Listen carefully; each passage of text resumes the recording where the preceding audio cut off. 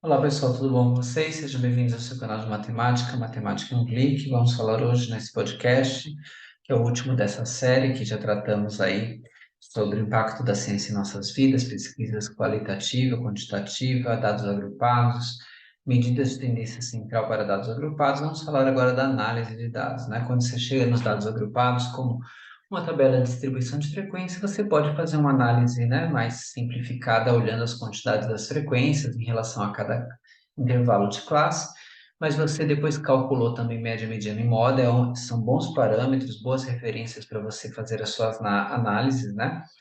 Assim como também você consegue calcular outras informações que são as medidas de variabilidade, quando você faz aí o desvio padrão, né, a variância, você consegue fazer uma análise da dispersão das informações, o quanto elas estão espalhadas ou o quanto elas estão mais próximas da média, da mediana e da moda.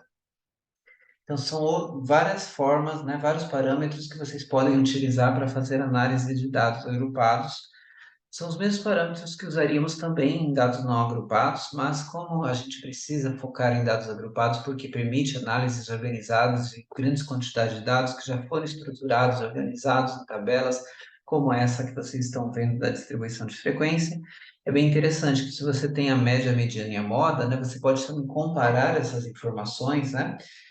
Por exemplo, se a média, né, da faixa etária, como essa tabela de distribuição de frequência desse 40, mas aí de repente você encontrasse que a moda deu 50, ou você encontrou que a mediana deu 30, você poderia comparar essas informações, né? Porque principalmente a mediana pensando que 30 seria metade, metade, aí depois se você encontrasse depois também a moda é o valor que mais se repetiu, a mediana é um valor essencial também para nossas análises, é um valor que faz parte da medida de tendência central, mas dá para ir aprofundando essas análises com a ajuda as medidas de dispersão, que são, né, a variância, desvio padrão, coeficiente de variação. Quem quiser saber mais sobre o tema também tem vídeos aqui no canal sobre essas medidas que vocês poderão pesquisar.